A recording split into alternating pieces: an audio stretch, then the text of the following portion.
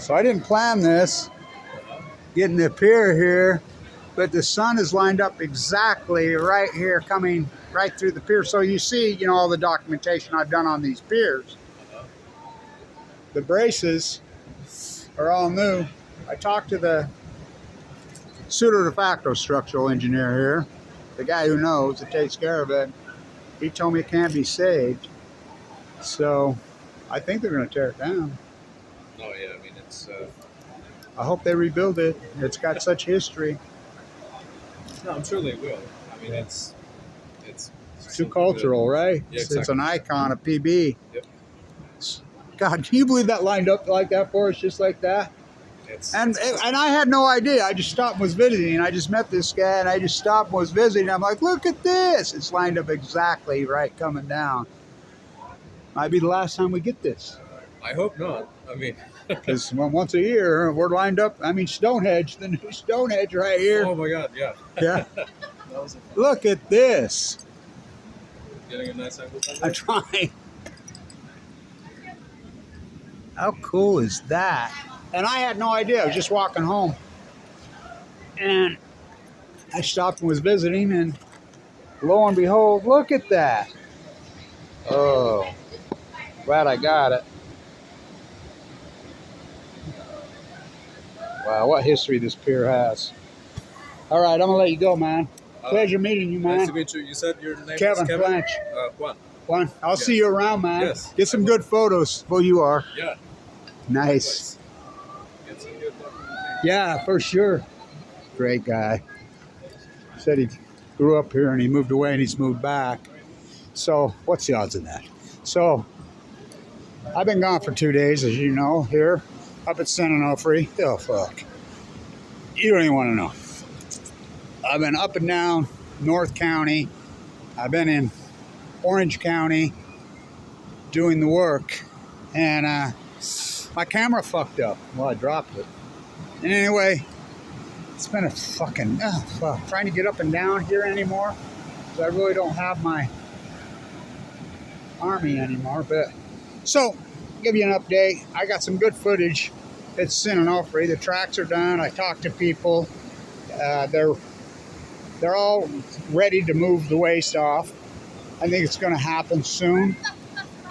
And so tide pools. I've been working the shit out of tide pools, but low tide's been at night.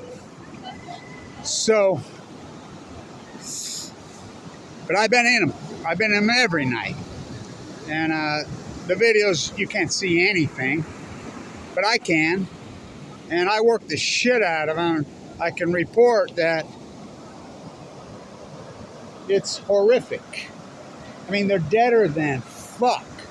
I mean, no fucking starfish, no even sickly sea anemones, no fucking nothing. How cool is that, lining that up? But like I said, it might be the last time. So, the tide pools are a fucking disaster. And I mean a fucking disaster. And this is all, you know, post-2012. So I got a lot of work done the last few days. I was at the reactor. Yeah, fuck. Try getting up and down this fuck coast. You know, I don't have a car. You know, I'm trying to use buses, whatever, doing the thing I am. I ain't gonna quit you. Fucking bunch of part-time activists, but it's all right. You know, I'm a fool to do your dirty work. So, want to get it. Exhausted. Oh, fuck, I'm exhausted. It's been a hard couple days, man. Fuck, no sleep. My old fucking ass. So, that's my report so far. It's a fucking disaster. Where's your crown? In your fucking castle. Columbus. Oh boy. See his new DNA studies out. Go figure, right? So, there's that moon. Getting a little wider, bigger. So I'll keep working. But the tide pools, that's another thing we need to talk about. The Great Pacific Genocide. Here's the thing that I'm talking enough about. How hard it is to get tide pool work done. Tides only go low a few times a year. And number one, you have to know where they're at, the good tide pools, which is an art of its own. And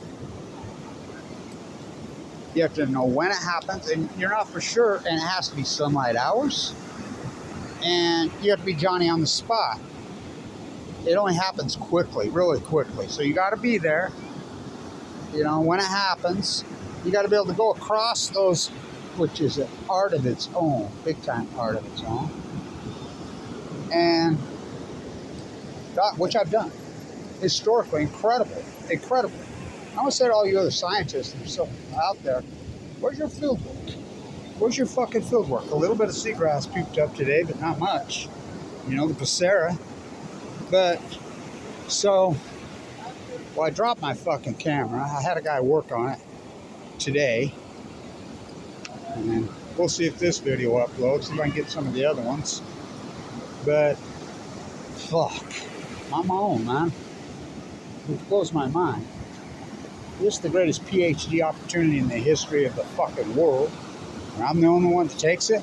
All these people that were so-called fucking FUKUSHIMA fucking taking it on. Where the fuck they at? And I'm going to say this to all you so-called PhDs. Where's your field observational work? Show me it. Where's it at? You know, where's it at? I've documented this acute. In science we don't do. Chronic scientists are mystified, they're baffled, they're stumped, they're curious, they're alarmed. You know, we have the well data, we have the humpback, we have the gray well data, we have all the well data. We have the salmon data. We count every fucking salmon. You know, the Chinook salmon go to sea for 5 years. They collapse on cue, just like everyone hypothesized in 2016. We have the heat dome over the western United States data, 2011, 2012. We have the Great Fire event that happened into the trees, the Great Tree Die-Off, 2011-12. We have the Sill Die-Off data. We have the starvation of the sea lions. We have the starvation of the Muir seabirds wash-up data. We have all that data now. We have 13 years of it. And we know factually, it's unarguable now because we have enough data. You know, and all the new studies are coming out and verifying different ones work every day. Yes, this acute catastrophe started in 2011-2012, which is a great starvation event, which I named the Great Pacific Genocide. So we know something triggered.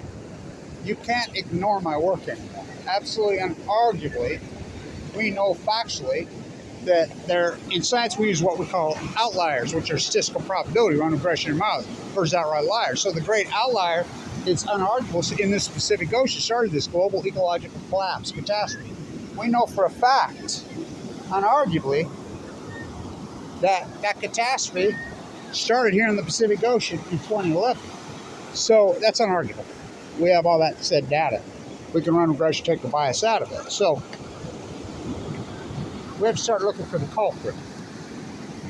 So what's the culprit?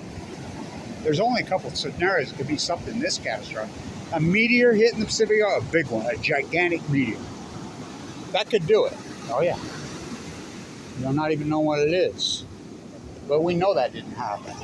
Did a volcano similar to Krakatoa